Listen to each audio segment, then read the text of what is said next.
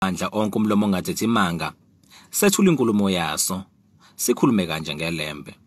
Phakathi kwezinto ke ilembe lasifundisa zona kwaba umqoka wokuba munye phambi kwesitha.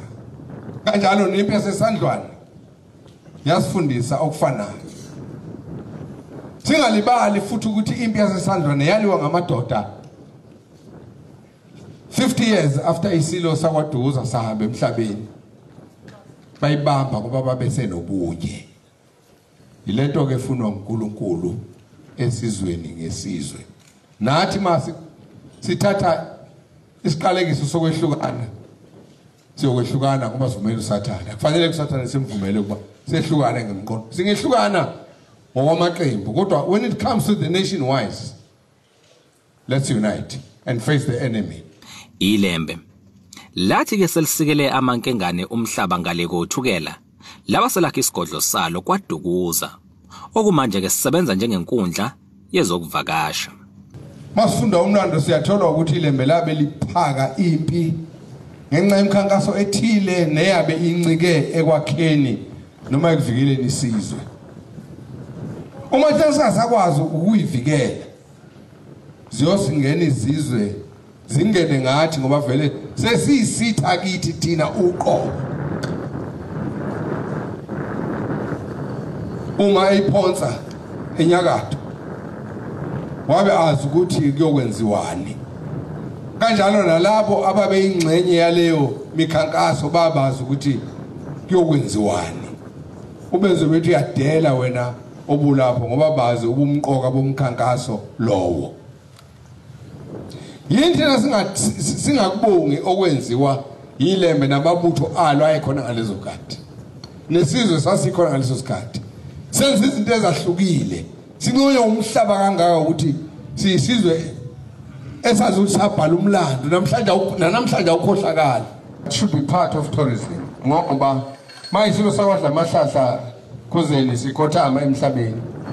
Ngicela neze umlando novuselele nina njengohulumeni okhona.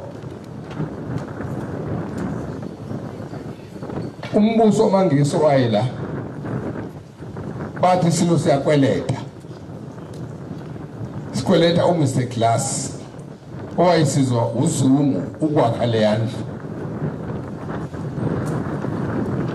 Basikhotha ngo-1933 basebethi siyakweleta. Njengoba sikweleta nje bazoyithatha le ndlu bafake uHigh Commissioner of Great Britain kuyona.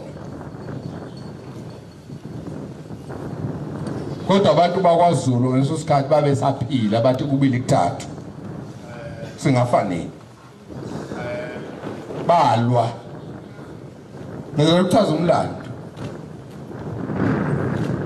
Bathi singafanele. Lapho kulala khona inkosi yethu esigodlweni sayo. Ngaleso sikhathi bathi singamane sikhipha 2 and 6. AmaZulu onke akhipha 2 and 6. Leyo mali yazelekelela abantwana benkosi uba bafunde ngayo. Basiqeda leso sikweleti. Empeleni inkosi ayingakweleti. Babefuna ukuyithatha nje lendlu. Ngoba beyibona ingaba yigugu. Ngoba yona ndlu yokuqala eyakhiwa ngohlobo lwe-Mediterranean style in the north. Ngithangibeke ndonankulu ngoba izoba zifundiso. Lapha ya inkosi uCetshwayo yayise Cape Town kulesi silanga phansi. Lesiya kuleya bhena enkulu. Kunesikhathi kade beyithatha.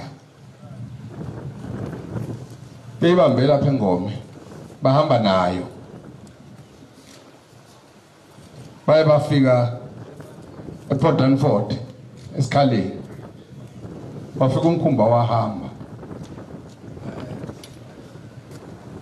Sebe phakathi babathe bawudumisa wahamba wathula du. Inkosi benu insinansina kaNkulunkulu.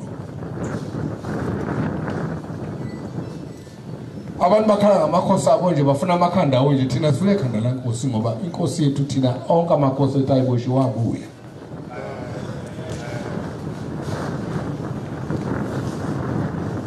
Wathi ngitedeleni ngekhaya bathi sikwehlulile cetshwayo sihamba nawe. Wathi angibikile ekhaya ngeke ngihambe lo mkhumbi la. Angeke uhambe. Bavuma.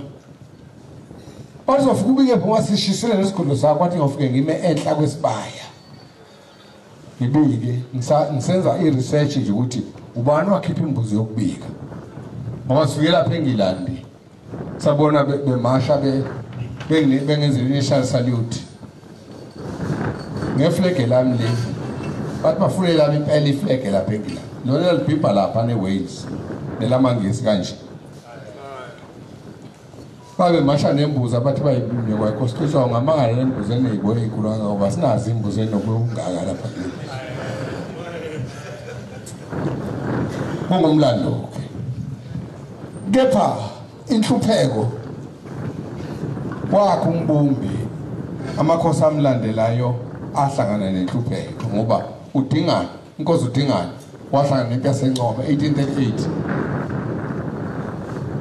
komangalisa ukuthi babe sebexabanisa sebengena phakathi kwenkosi udingana nenkosi uMpande umntwana udingana nomntwana uMpande nakhona lapho futhi babona ukuthi mabengene kanjalo bedivide umndeni kuqala bawungena kangcono ezindokozo bahlikisa. Ingakho namanje salwe lizwe lethu ngoba umona